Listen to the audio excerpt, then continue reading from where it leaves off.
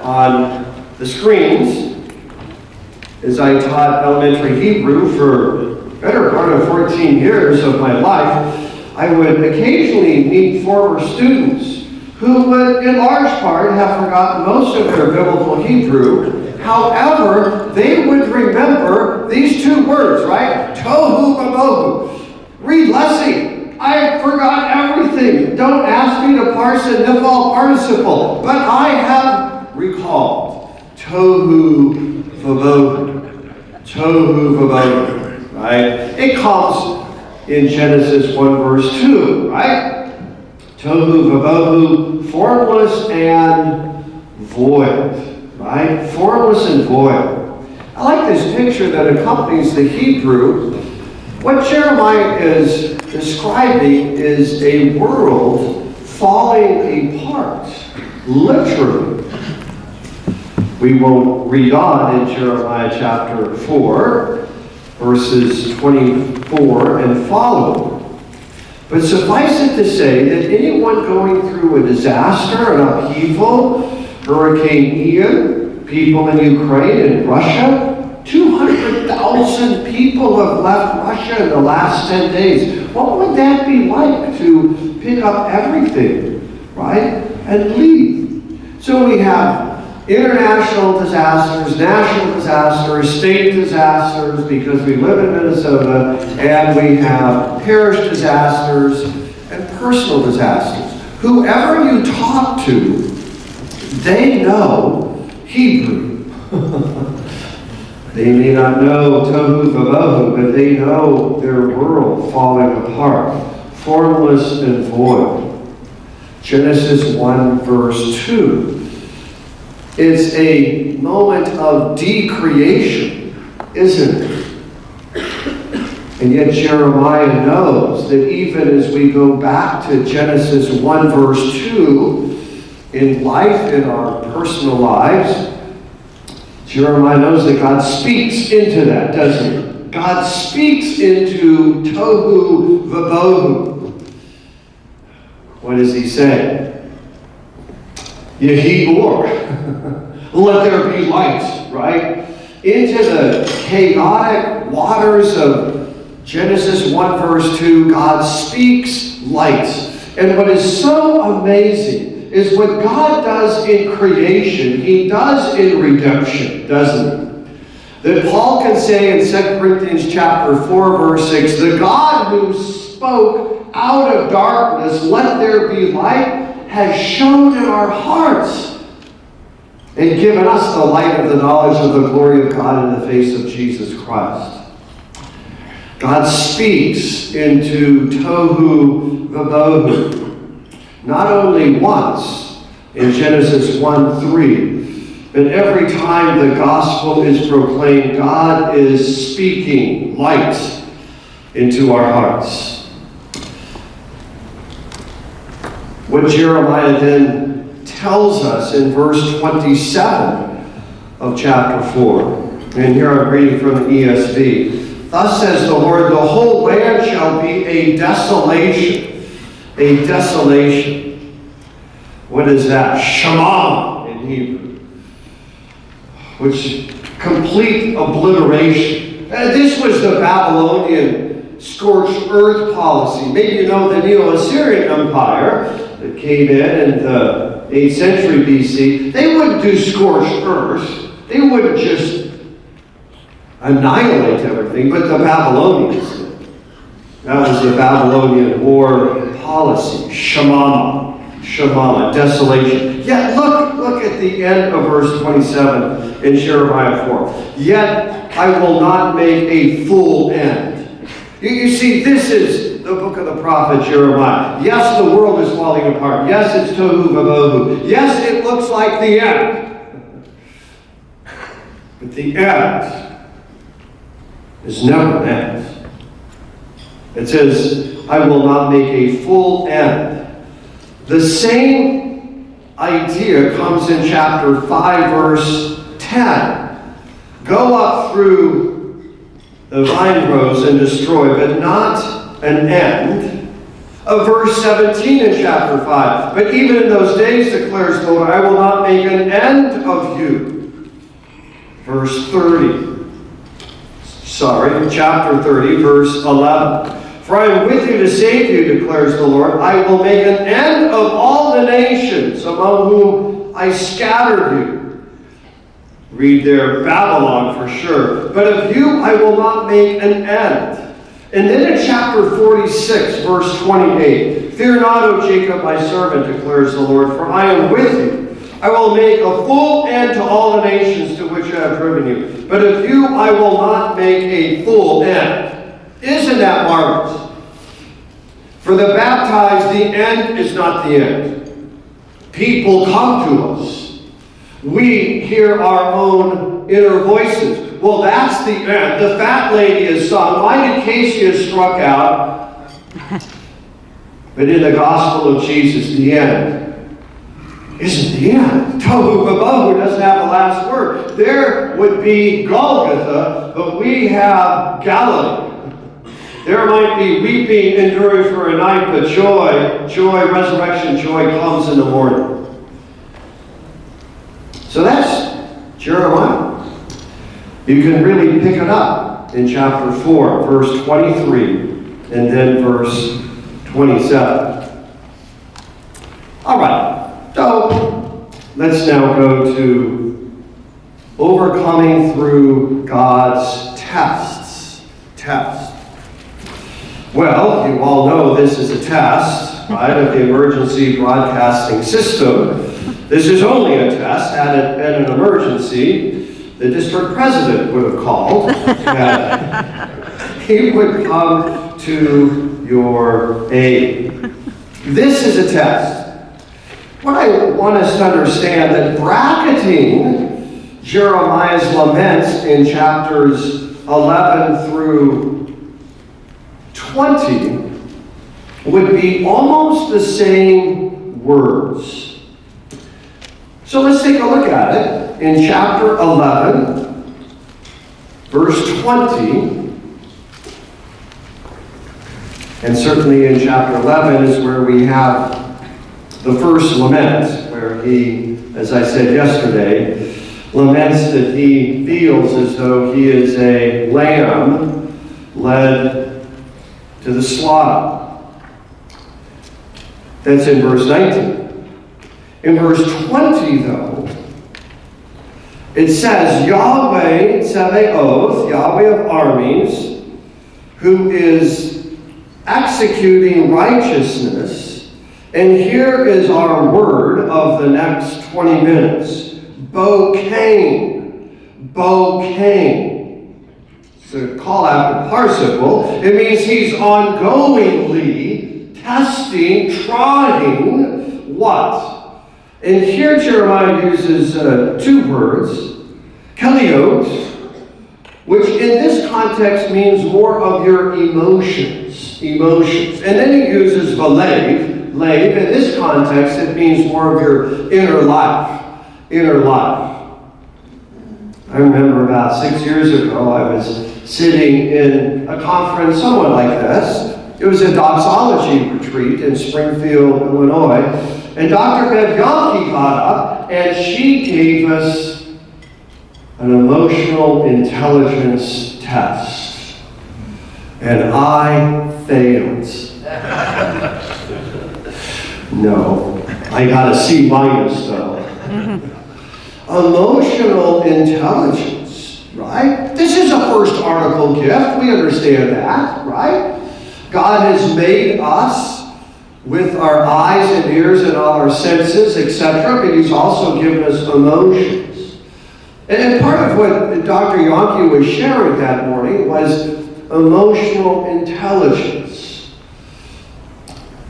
What God is testing Jeremiah on would be his emotional life, right? To strengthen that, to give him wisdom and insight, how to deal with feelings. We talked about that already yesterday. And also, though, the heart, right? My inner attitude, my self-talk. When I think about myself and the the world and you and other people and Christ Jesus. So then you go to chapter 20, and we're going to have almost exactly the same words. Chapter 20, verse 12, and this would be toward the end of his laments. Chapter 20, verse 12, and this is what we have. It says that Yahweh Sabaoth, there it is, Yahweh the God of armies in heaven and on earth. Once I heard someone render a loose translation of Yahweh Sabaoth, General Yah. General Yah. Bouquet, there it is. He's still testing, trying. In this case, Zadik. Earlier we had Tzedek. And he is looking at, again, our emotions, Keliot, and our inner life. Inner life. So why is God needing to test and try our inner life? We could simply say our heart. Jeremiah has a lot to say about our heart. Famously, in chapter 17,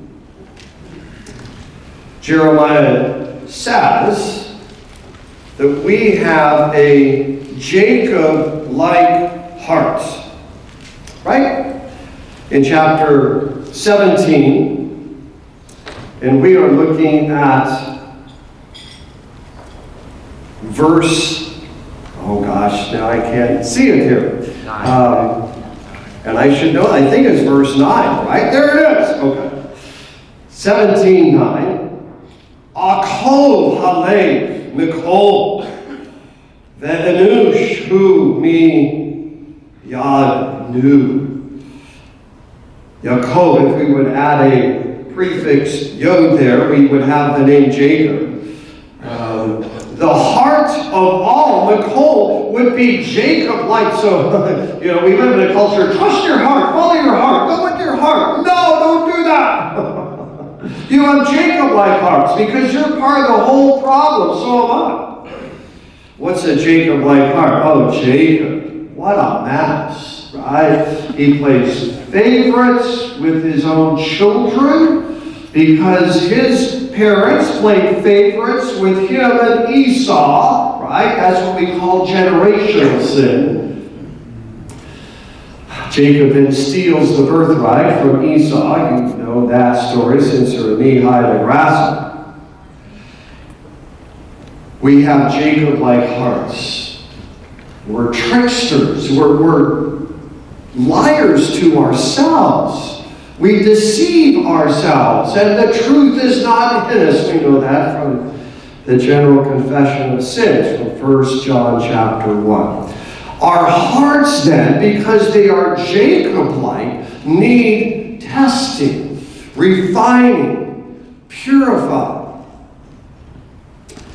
That's what Bakan finally means. Test is perhaps, right, not the essence of the word. And Jeremiah himself tells us what all this entails. So take a look at chapter 6 of Jeremiah, verse 27 and following. Jeremiah 6, 27 and following. And here he's using our kind of key word here, Bakan, that appears in chapter 11, 20 and 20 verse 12. And as you look at Jeremiah chapter 6, verse 27, I have made you, this is God speaking to Jeremiah, a bouquet, a tester of metals, here it comes, right? Among my people, that you may know and test their ways. They're all stubbornly rebellious, going about with slanderers. They're bronze and iron, all of them act corruptly. The bellows blow fiercely. The lead is consumed by fire. In vain the refining goes on. O Cain again. For the wicked are not removed. Rejected silver they're called, for the Lord has rejected them. We sang this hymn last night, didn't we? Right? Which includes these words in stanza 4. The flames will not hurt you. I only design your dross to consume, your gold to refine. Aren't those wonderful words? Jeremiah, and when we lament, would say, the flames are hurting. And it does seem, God, as though you are not trying to consume my dross or refine my gold, but it would appear as though it is the end, the absolute end. How could you allow this, God? Why, right? And yet, bracketing his laments, wondering why Jeremiah, who is called the tester of metals, is now himself being tested. He tells us that God is testing his emotions, so he's emotionally intelligent, and testing his heart, because his heart is Jacob-like. The dross will be consumed, and the gold refined. Now, you got dross, I got dross, all God's shown got dross. Right? It needs to be removed. And yet, we're not just all dross, right? We are new creations in Christ Jesus. We've got some gold here, don't we? And that gold needs to be refined. How does that happen? It happens through these words. This is a test. One of the most famous tests in the Bible would be in Genesis chapter 22, right? Take a look at that. It's a different word. It's Nasah in Hebrew. It'd be wonderful if Moses had used Bakan, but that's not what we have. David is going to use Bakan with us. But as you look at Genesis chapter 22, after these things, God Nasah tested Abraham. Though we don't have this refining of metals word, we can certainly understand what God is up to. Of course, this is one of the most haunting narratives in the Bible, but if we are understanding idolatry, then we might get a glimpse as to what God is doing.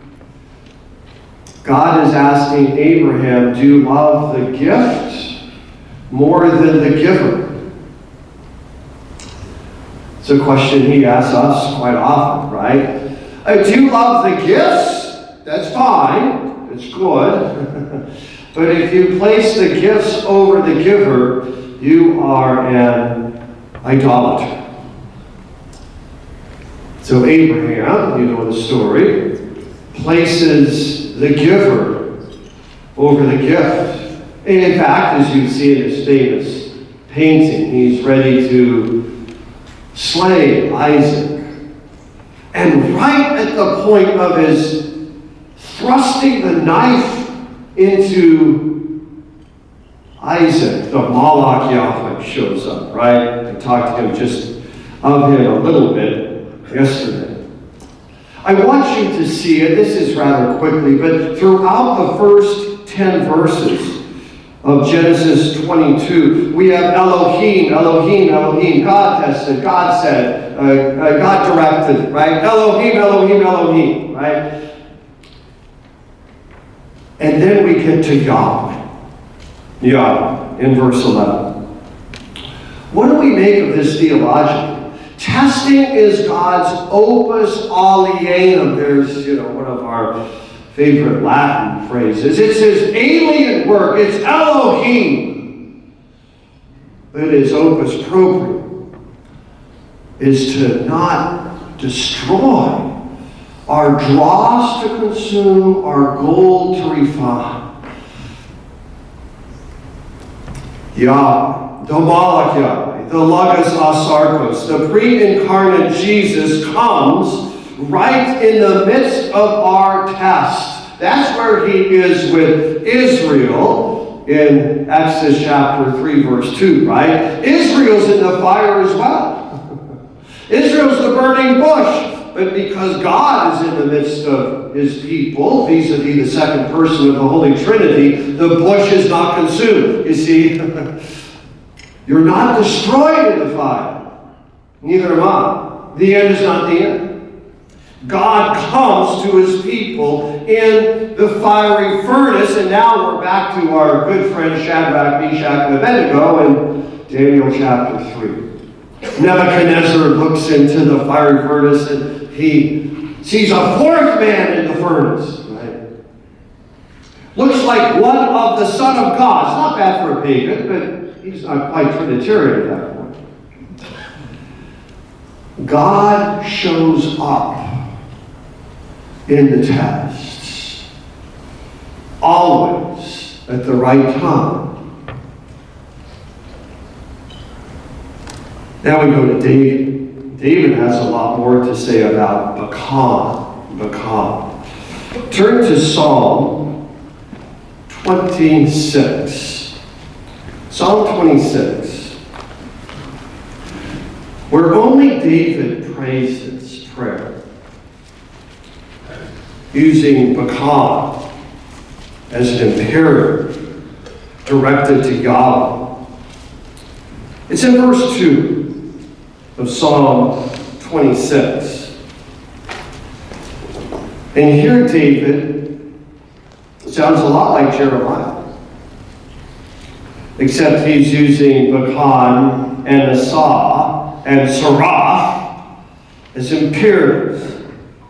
Put me into the fire, O Yahweh, and test me. There's Asah. That's what we saw in Genesis 22:1. And here's a new word. Refine me, Saruf, and here are these same words that we saw in Jeremiah 11 and 20. My emotions, kiliti, the living, and my heart, my inner life, And for David to pray this prayer and 3 times use imperatives, God, I want you, you must do this. David understands. My dross to consume, my gold to refine. He does this one more time in Psalm 139. Take a look. Psalm 139, verse 23.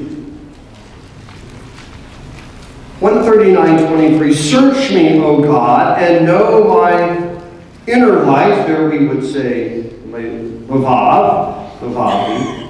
And here's the Jeremiah word. But come, try me, test me, put me into the fire, and know my anxiety, my anxious thoughts. Jeremiah, as well as Abraham and David, tell us that the tests are part of being under the cross. Part of, and here's a wonderful verse in Job chapter 23, verse 10, that Job says, when he tests me, tries me. Take a look at that. In Job chapter 23, verse 10. I would say this is part and parcel of understanding the book of Job. Job 23:10. The second part, and there's our favorite Hebrew verb for the day. Bakan me. He tries me, and I will come forth ka zahab, as gold. Paul has a lot to say about this. He uses the word dokima, in several sections. It comes, for example, in Romans 5. It's usually translated character, right? Like in Romans chapter 5. We rejoice in our sufferings because suffering produces character. Character, hope doesn't disappoint us. Character, dokimon there, means a tried character. A tested character. A character that's been through the fire and has stayed in the fire and not gotten out of the fire. At the end of 1 Corinthians chapter 9, verse 27, Paul says, "Lest preaching to others, I myself may be adokimon." What, disqualified or something? No. Adokimon. It's alpha privative. It means I don't have a character. I don't have a Christian character. I preach, I teach, right? Paul says, but I pummel my body, I bring it into subjection, so I have a character.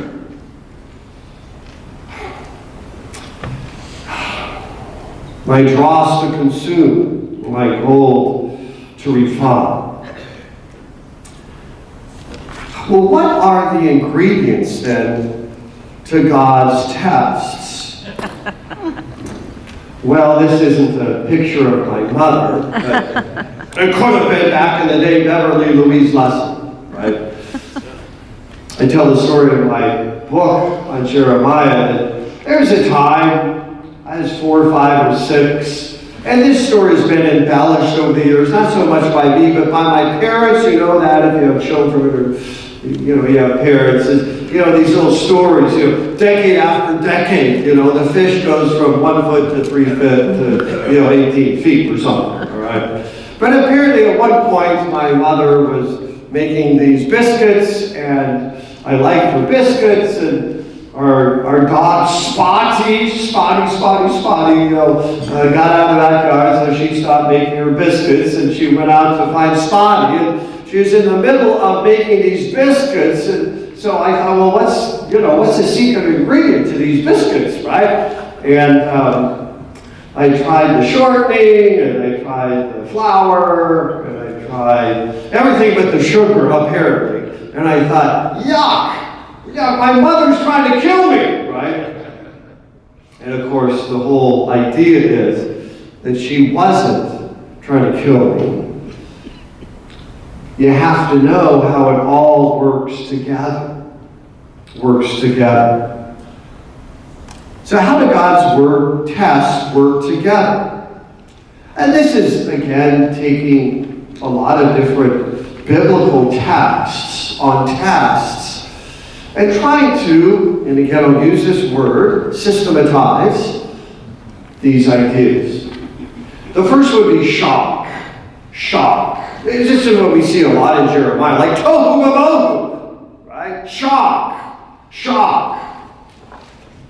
Many of you have gone into maybe, Lake Superior, Lake Michigan, or the Great Lakes, even in the middle of summer.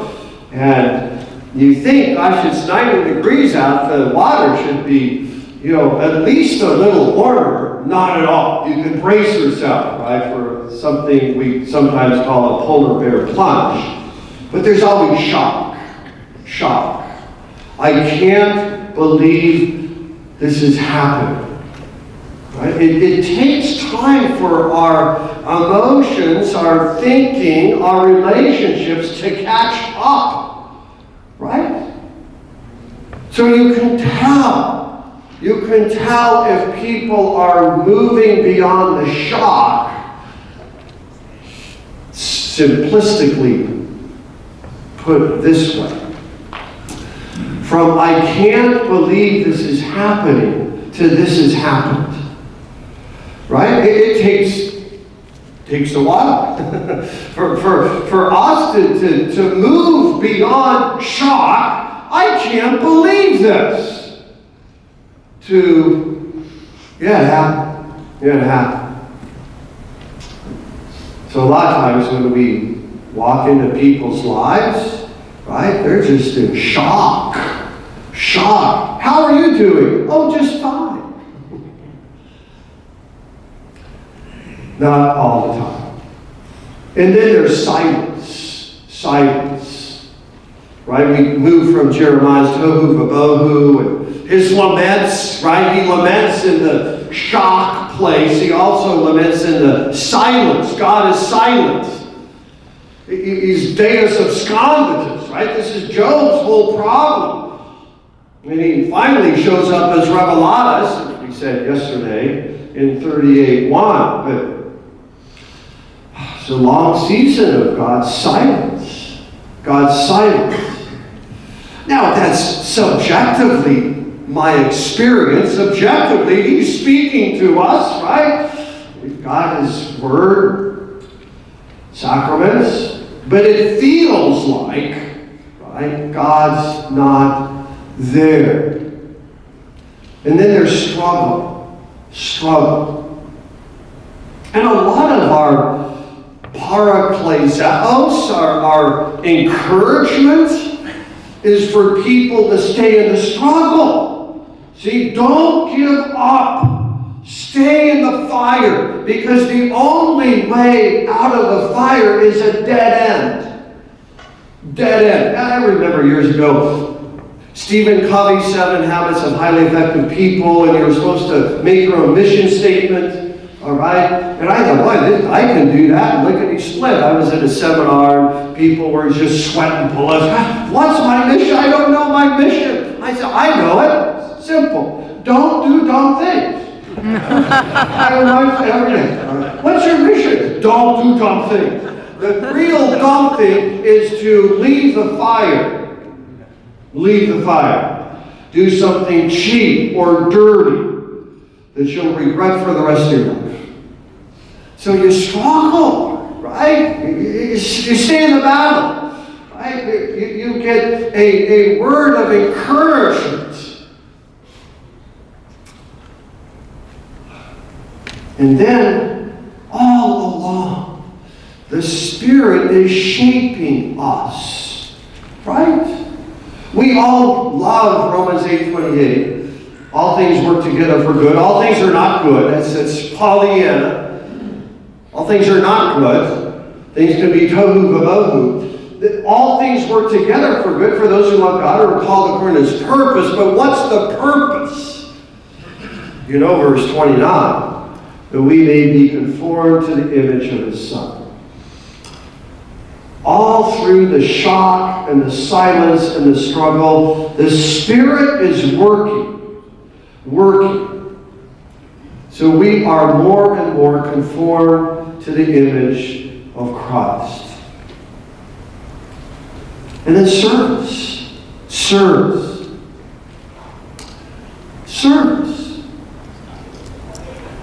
We're wounded victors for the sake of the nations. Service. Who is better to talk to a couple whose daughter was just born with cystic fibrosis than a couple with a child with cystic fibrosis? And in my Jeremiah book, I tell you and the readers that's a real story. Little Mara Rose Eaton is 4 years old. She lives in Fort Collins, Colorado. She has cystic fibrosis. Almost completely derailed my oldest daughter and her husband. Then they had a second child, born on May 30th of this year, wondering, would this child have CF as well? And he doesn't. And we're thankful for that. But even if he had, we would accept him and love him just as we accept and love dearly Meryl Rose. Who better to come alongside people like that than someone who's experienced that firsthand. Who better to come alongside someone who's lost their job than someone who's lost their job? Who better to come alongside someone who has a struggle with alcohol than someone who has a struggle with alcohol? Our greatest triumphs become our platform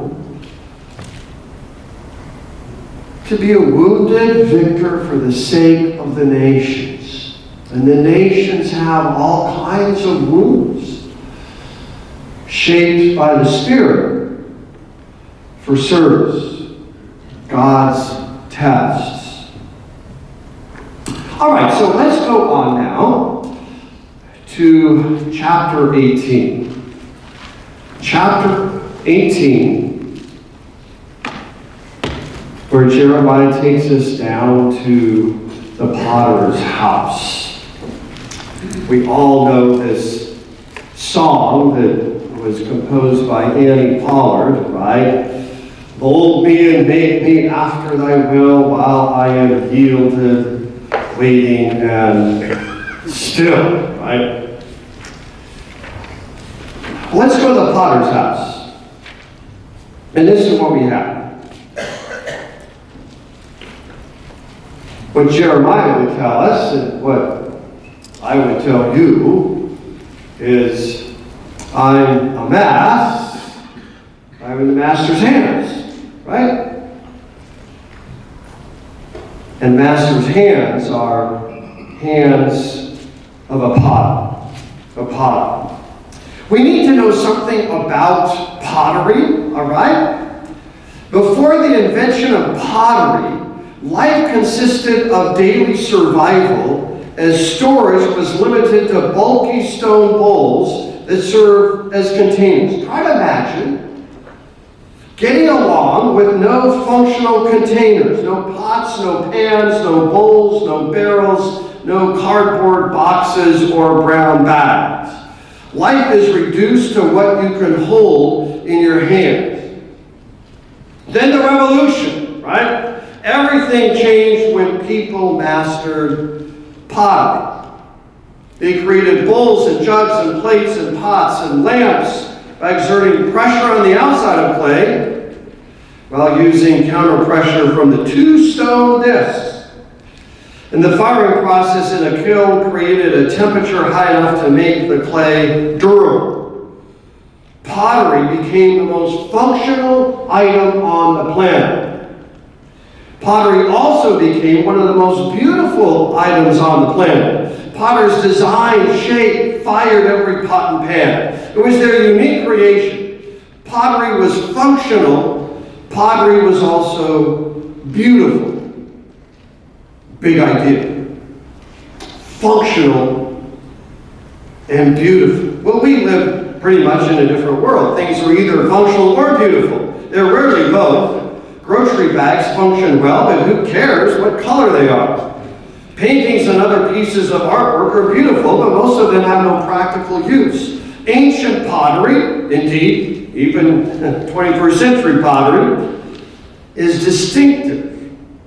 Vessels are both functional and fascinating, handy and handsome, practical and often quite pretty. So Jeremiah takes us down to the potter's house. There he was working at his wheel.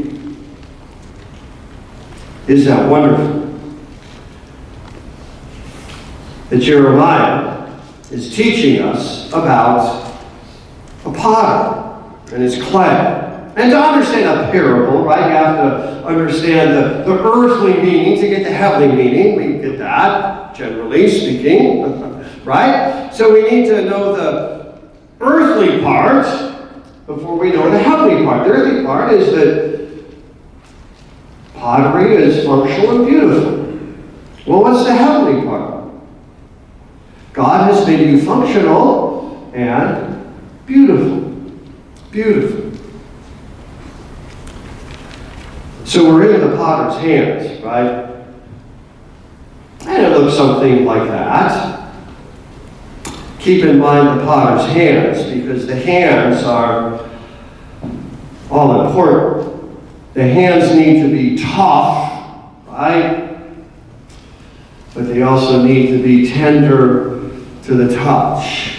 Well, so that's the parable. Here's the problem. The vessel he was making of clay was spoiled in the potter's hand. Spoiled. What's that look like? We'll turn to chapter 18, verse 4 in your Hebrew Bibles. I'm sure all of you have them. Or at least you may recall a little bit more than tohu vabohu. And if not, the end is not the complete end, but it's close. It's close. In chapter 19, this is what the prophet writes in verse 4 as he goes down to the potter's house. The pot of clay was spoiled. So what is entailed in that word, spoiled, in verse 4? Well, it means that things are almost completely undone. The word he uses there is shakat. Same word used to describe the Noahic flood is the same word used to describe the golden calf apostasy in Exodus chapter 32. I mean, these are pretty big problems here. We got a flood and we got the vicar, I'm just saying the vicar, right? The senior pastor went away for 40 days and 40 nights, and the vicar decided to change the worship service, and things went south. That's Exodus 32. So, shakat. When you look at this word spoiled, it's a little bit stronger than, oh shoot, we left the meatloaf in the refrigerator a little bit too long. Right, spoiled. Oh no. It's a huge problem. Shakat. Spoiled. So what does the potter do? What does the potter do? He reworks it. We love the two letters R-E, right? He reforms, he renews, he revives, he recreates. This is our God, right? He reworks it into another vessel. Isn't that great? God doesn't throw us to the side, doesn't just chuck us and kick the pottery wheel and say, well, I'm going to start over. God is a renewing, reworking, reforming potter. As it seemed good for the potter to do, oh no! I want it to seem good as I want it, right? Yeah. So we've all probably broken something, a dish or a cup, and it's been in a couple of pieces, and what do? Well, you get some glue and you glue it back together and you hope no one knows what you did. Right? But what if your life isn't just a couple of pieces? What if your life is like this? What if it's just kind of broken into smithereens? What if your tohu vabohu just looks like dust? Can God do anything with dust? You bet he can. Now this is the best picture I could find. All right. This is supposed to be Genesis 2, verse 7, where we have this very vivid imagery of God the potter. It is the same word that Jeremiah uses, Yatsar, Genesis 2, verse 7, where he forms, right, Adam from the Adamah, right? God does his best work with dust. He really does. He does his best work with dust. If he did it once, he can do it again. The master potter recreates. So this potter, moving from the parable to the problem, the potter, house of Israel, can I not do with you as this potter has done? Declares the Lord. As I said, the strength of a potter is not only in his strong hands, but also in his hands are able to touch and feel and be sensitive to the clay and what exactly it means. It's all in the hands of the potter, right? So the hands need to be strong. They also need to be tender. Tender. We talked about that juxtaposition a lot yesterday, didn't we? So here would be the hands of the potter. And we get the tender part too, right? The hands that held children and touched lepers. Even the hands that clawed the ground at Gethsemane. But where do you see strong hands there?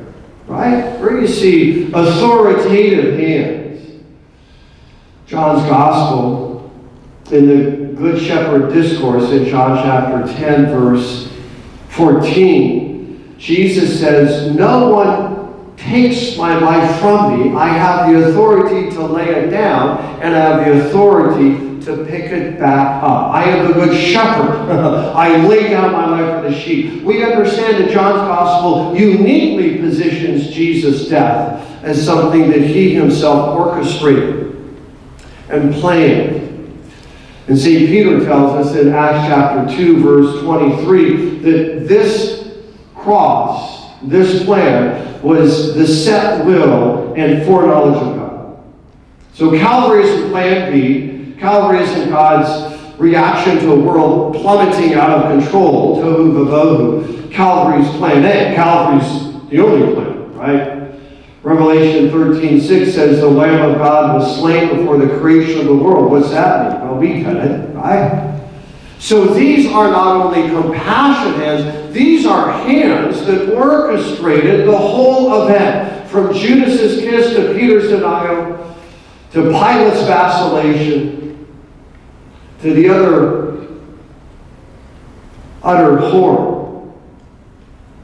of Roman crucifixion. So there's the potter, with hands that are full of compassion, but also hands that are full of authority and power. All right, so where are we at here?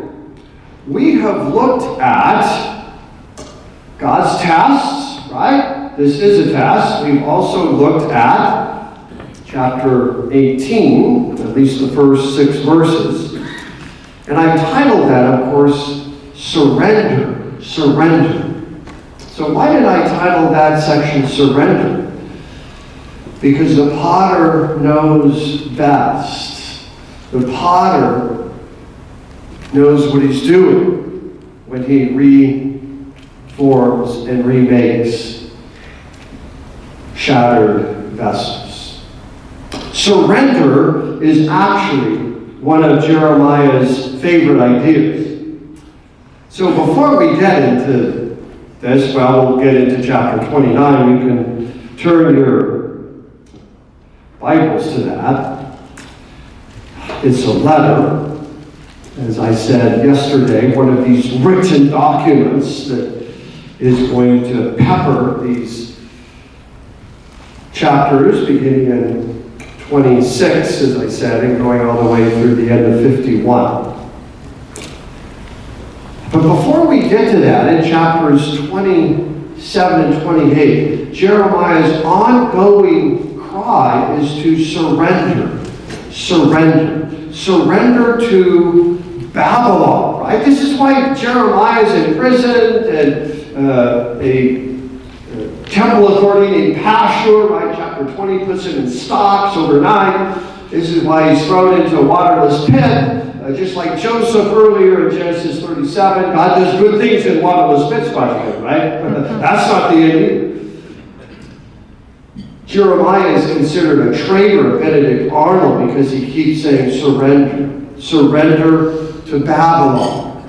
See, that's what Josiah was trying to do, right? He was pro-Babylonian. That's why he was fighting Pharaoh Necho in 609 BC. We talked about that in terms of the setting in chapter 7 of Jeremiah. So surrender. And that's a good way to understand being down at the potter's house. To surrender to the potter's hands that are sovereign and saving, tough and tender, mighty and very merciful. So here we go. With that brief overview of chapters 27 and 28, we come to chapter 29, which is, of course, a letter. You can see that in verse 1.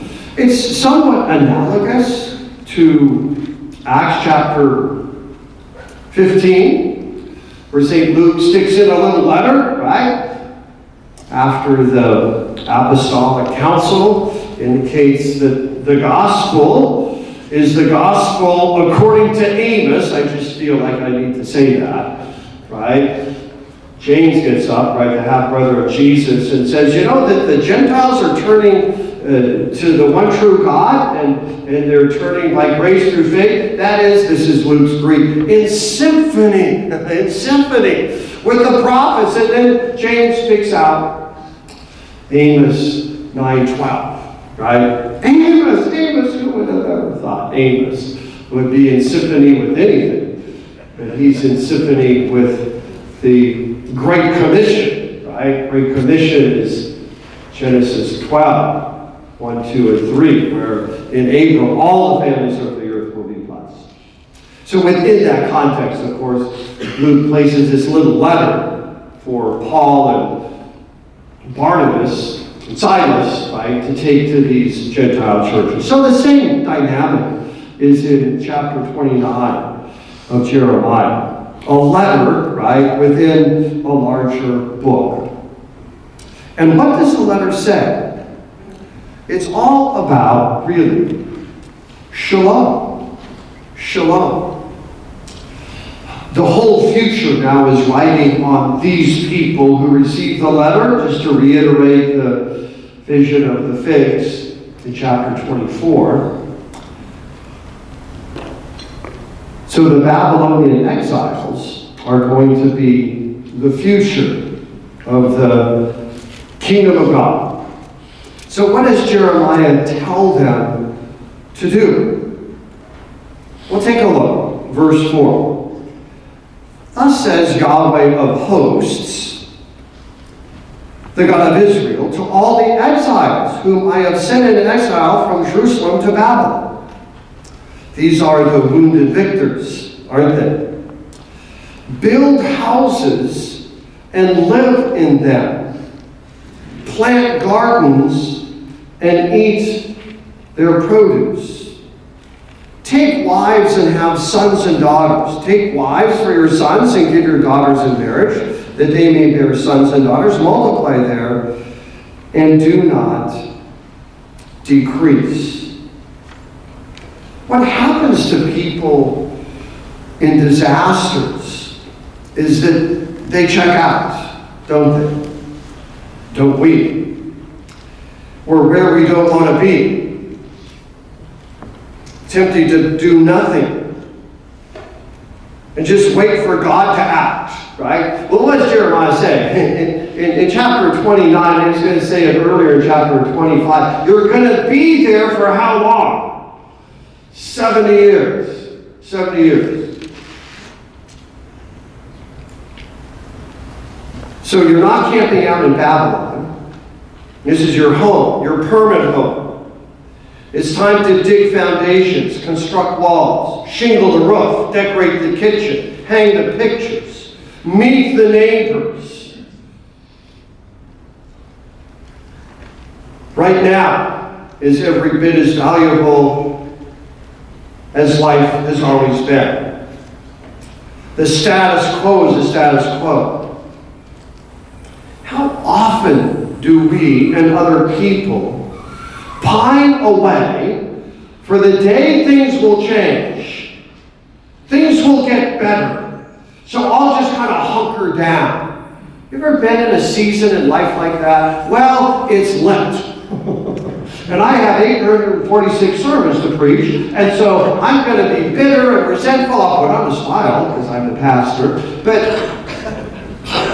it's a tough season, so I'm going to really actually check out of this season and just go through the motions and wait for a better season, the Easter season. I don't know about you, but Easter I was still wiped out. I was waiting for Pentecost. This is what Jeremiah counsels against. Against. Get involved in the community.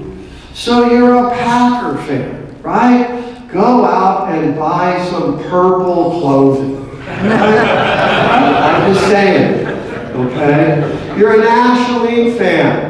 Go to Target Field and watch the Twins get clobbered by the Cleveland Cardinals. It'll do you. Right? Sink your life into the present moment. The present moment, right? We love this word today, right? Zechar Yom Asa Yahweh Nagila Nis Makava, right? This is the day Yahweh's made. Let us rejoice and be glad in it, right? Give us this day our daily bread, right? Psalm 95 verse 7 says, today when you hear his voice, don't harden your heart. Today. We can tell if we're not recovering from a trauma, if we're not embracing the present moment, if we're waiting for tomorrow, or we're living in yesterday. Oh, I wish I wasn't in Babylon.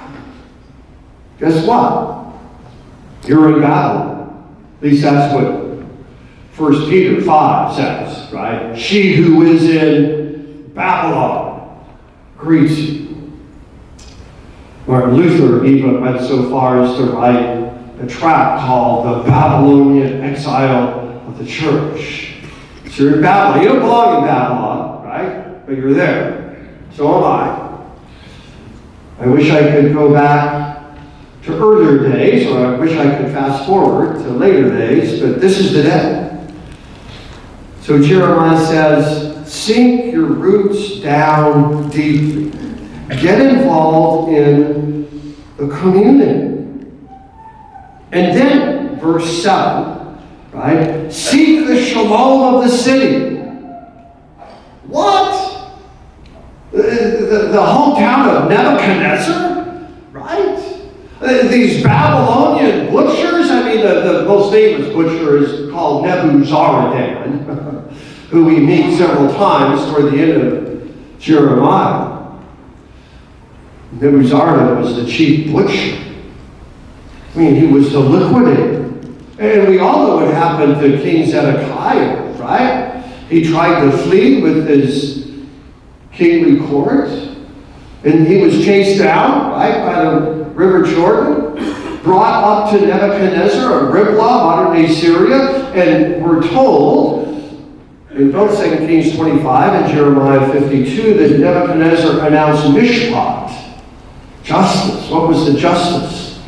Zedekiah's only in his mid-30s at this point or so. He's got 4 sons. What happens to the 4 sons?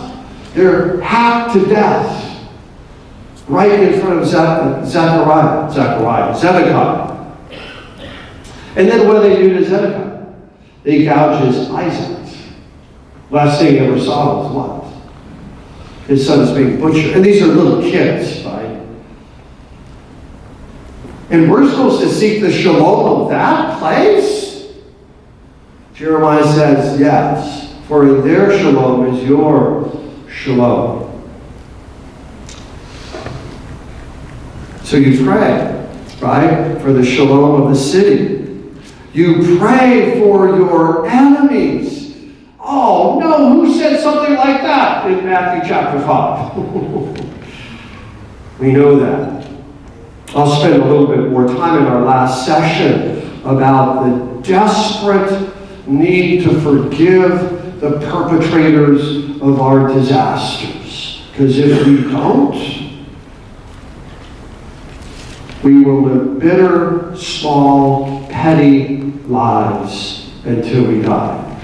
So this is a great act of forgiveness, isn't it? Seek the shalom of the city, and his shalom is your shalom. Right? All of this, then, is going to come through the Sar Shalom, the Prince of Peace. Right? Christ Jesus, our Lord. We've already looked at verse 11, right? Where he uses the word shalom again. I will belabor that, peace. But what I want to look at is what God says in verse 14. I will be found by you, declares Yahweh, and I will restore your fortunes. Restore your fortunes. This is kind of a stock prophetic phrase, right? Restore your fortunes. And lay people hear that and they think, wheel of fortune. And he's saying, no, not quite. All right? Shuv Shavut in the Hebrew. Restore the fortunes. The only place this actually happens for an individual is at the end of Job chapter 42. Is Job gets Shuv Shavuted by God. His fortunes are restored. What's that mean? It means that God is going to turn the tables and everything that has been lost will be restored. For Job, twofold. Zechariah, as long as I mentioned him earlier when I meant Zedekiah, Zechariah talks about restoration twofold right after his famous Palm Sunday text in Zechariah 9, verse 9.